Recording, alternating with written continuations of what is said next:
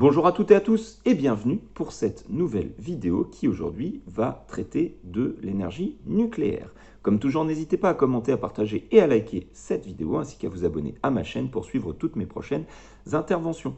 Allez, c'est parti, on attaque donc cette vidéo qui va traiter de l'énergie nucléaire. Alors pas de panique, vous ne risquez pas l'irradiation, on va simplement évoquer ce qu'est l'énergie nucléaire, ce qu'elle nous apporte, ses avantages, ses inconvénients et les perspectives d'avenir. C'est la troisième vidéo sur la thématique de l'énergie. Les deux premières, si vous ne les avez pas vues, je vous invite à les regarder. On parle pétrole, on parle énergie renouvelable. Aujourd'hui, c'est la troisième et dernière vidéo, donc troisième volet de notre thématique sur l'énergie qui va traiter donc de l'énergie nucléaire. Alors, cette énergie, on va en parler d'un point de vue franco-français, puisque il faut savoir qu'on est le pays au monde qui a le plus de dépendance à l'énergie nucléaire, puisque 75 à 80% de notre électricité provient des centrales nucléaires. On est le seul pays au monde à avoir fait ça, et on est donc à la pointe dans la recherche, dans le développement de ces technologies et dans la construction des centrales notamment. La France est une référence mondiale. Donc, c'est intéressant de prendre notre point de vue, pour une fois, vu depuis la France. À quoi sert l'énergie nucléaire? Est-ce qu'elle est vraiment utile? Est-ce qu'elle est indispensable? Et est-ce qu'on peut la remplacer? Et qu'est-ce qu'on va faire avec dans l'avenir? Alors, petit point historique pour commencer. Le programme nucléaire français, il date tout simplement, le début du programme date de la fin de la Deuxième Guerre mondiale, avec le général de Gaulle qui a voulu développer ces énergies-là, tout simplement pour assurer, alors dans un premier temps, une nouvelle source d'énergie, et puis dans un second temps, on a vraiment intensifié les programmes nucléaires pour garantir une indépendance énergétique. Alors l'intensification du programme nucléaire français, c'est surtout suite au choc pétrolier de 1973, où le prix du baril de pétrole a été multiplié à peu près par 4. Et donc à partir de là, en fait, les pouvoirs publics ont estimé qu'il y avait un risque, si la France n'avait pas d'autres sources de production que les énergies fossiles, qu'il y avait un risque, un jour ou l'autre, qu'on se retrouve en situation de pénurie ou qu'on soit trop dépendant de certains pays producteurs. Et donc, c'est ce qui a motivé la construction des 58 réacteurs. En tout cas, il y en avait déjà quelques-uns, mais par la suite, on en a construit beaucoup d'autres. Et donc, on s'est retrouvé avec un maximum de 58 réacteurs nucléaires en fonction sur le territoire. Et ces 58 réacteurs, produisent jusqu'à, effectivement, à peu près 80% de l'électricité nationale. Au point que on est capable d'en revendre à l'étranger, d'en exporter de l'électricité. Donc ça, c'est une réussite, une vraie victoire pour l'industrie nucléaire française qui, comme je vous le disais, est devenue une référence, et les entreprises spécialisées dans ce domaine-là ont participé à la construction de nombreuses centrales nucléaires également à l'étranger. Alors, cette énergie-là, elle a toujours fait débat parce que quand on pense nucléaire, on pense radiation, on pense accident nucléaire, on pense Tchernobyl, on pense Fukushima. Il faut savoir que en France, alors on ne parle pas forcément de l'étranger, mais en France, les centrales sont considérées comme relativement sûres. C'est-à-dire que depuis plus d'un demi-siècle qu'elles sont exploitées, il n'y a jamais eu d'accident nucléaire grave. Il y a tous les ans des incidents, évidemment, mais il n'y a jamais eu d'accident nucléaire grave. Quand on entend accident grave, c'est un réacteur qui va entrer en fusion de manière incontrôlée et puis qui va faire fondre son enceinte de confinement avec libération de très grandes quantités de radiation, etc., des explosions. Voilà. Ça n'est jamais arrivé en France, heureusement.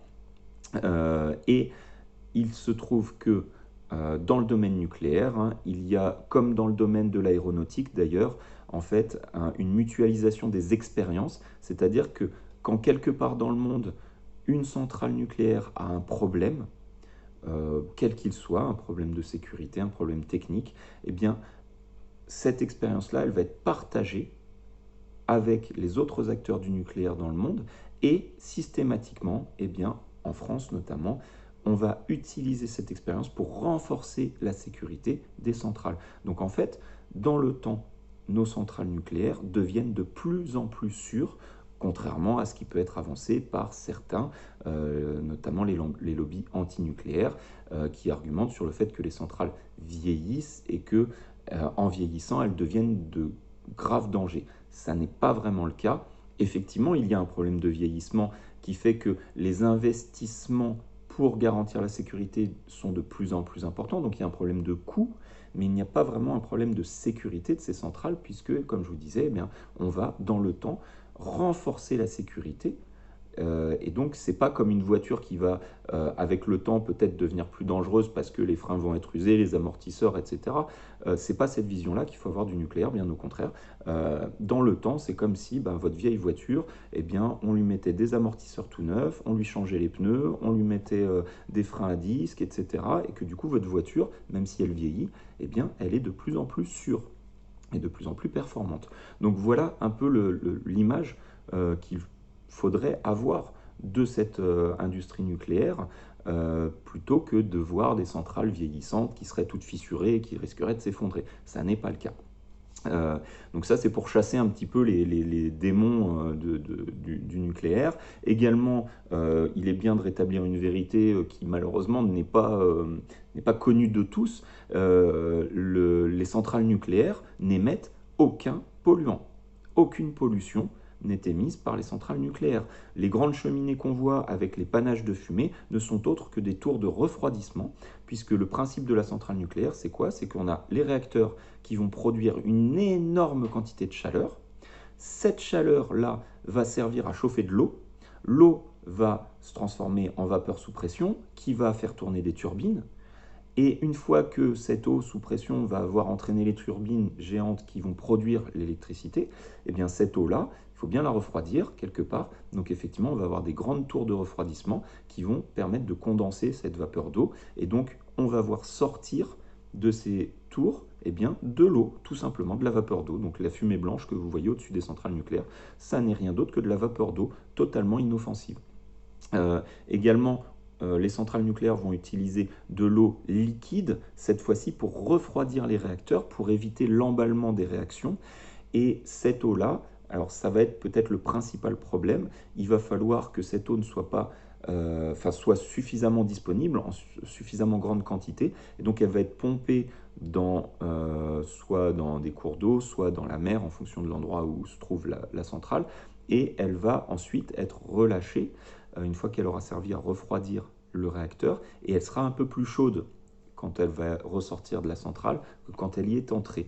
Et le principal problème risque de se poser lorsqu'on est sur des périodes de sécheresse, par exemple, où effectivement les cours d'eau sont très bas, la température de l'eau est assez élevée, et à ce moment-là, eh bien, il arrive un moment où on ne peut plus utiliser l'eau de la rivière, et donc, dans certains cas extrêmes, on peut être amené à éteindre les réacteurs parce qu'on n'a plus suffisamment de quoi les refroidir, tout simplement.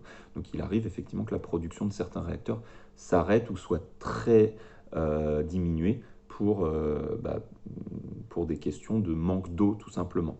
Voilà donc un des principaux problèmes qui peuvent se poser. Quoi qu'il en soit, donc, il n'y a pas de pollution dégagée par les centrales nucléaires, et c'est ce qui fait que la France a quand même l'air le plus pur d'Europe, hein, ça c'est établi, c'est acté, et on peut quand même s'en féliciter. Alors, il faut aborder, quand on parle du nucléaire aussi, les perspectives en termes de durabilité. Aujourd'hui, donc, on a développé différentes générations de réacteurs qui sont évidemment plus efficaces que les premiers réacteurs nucléaires qui ont été produits, mais pour l'instant, les réacteurs qui sont exploités en France consomment un carburant qui est l'uranium, et ce combustible, pas du carburant, ce combustible, il est très rare. Il est très rare sur la planète, et on estime les réserves à environ une cinquantaine d'années. Au rythme de consommation actuel, c'est-à-dire si on ne construit pas de nouvelles centrales nucléaires. Or, il se trouve que dans le monde, il y a d'autres centrales nucléaires qui se construisent. Mais au rythme de consommation actuel, on estime qu'on a à peu près une cinquantaine d'années de réserve d'uranium devant nous. Donc 50 ans, c'est très court, Et évidemment, comme vous l'imaginez, plus le temps va passer et plus le problème de l'approvisionnement risque de se poser. Alors, ça, c'est lorsqu'on utilise l'uranium directement disponible avec les réacteurs de génération actuelle, mais on a commencé à développer des réacteurs de nouvelle génération qui sont des surgénérateurs. Et le principe de fonctionnement de ces réacteurs est qu'en fait, ils utilisent le combustible. Lors des réactions nucléaires, ils vont fabriquer de nouveaux atomes qui vont eux-mêmes pouvoir resservir de combustible. Et donc ces surgénérateurs, en fait, sont des réacteurs qui vont produire plus de combustible qu'ils n'en consomment. Donc c'est formidable, puisque ça veut dire que, alors évidemment ça a une limite, puisqu'il faut quand même à la base un combustible, mais ça veut dire qu'en fait, on a la possibilité, en construisant des surgénérateurs, eh bien, d'avoir une ressource qui sera beaucoup plus durable que les 50 ans qu'on prévoit à l'heure actuelle.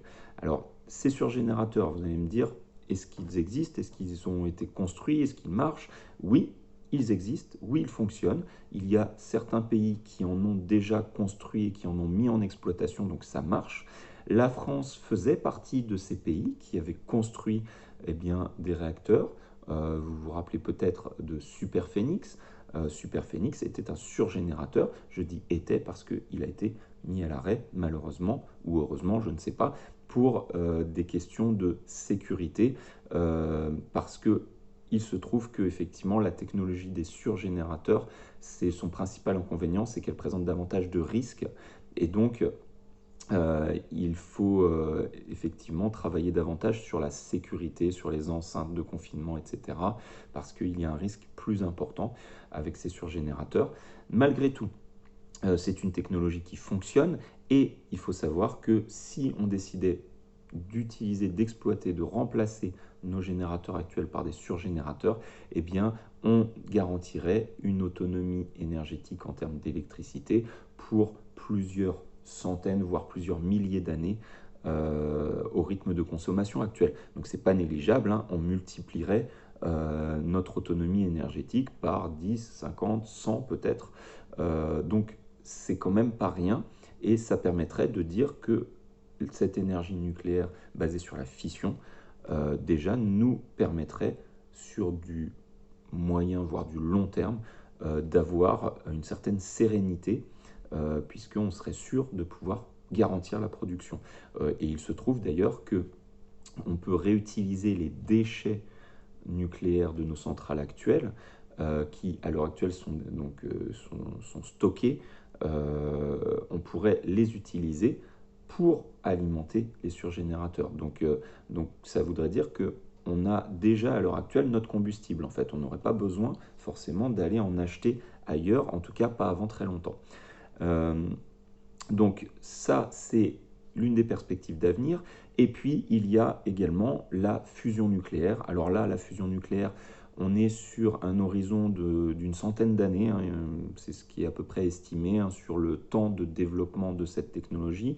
Il y a un projet international qui est le projet ITER, auquel la France participe, hein, qui est donc un projet basé sur la recherche dans le domaine de la fusion nucléaire. Et donc, on a déjà commencé à mettre en service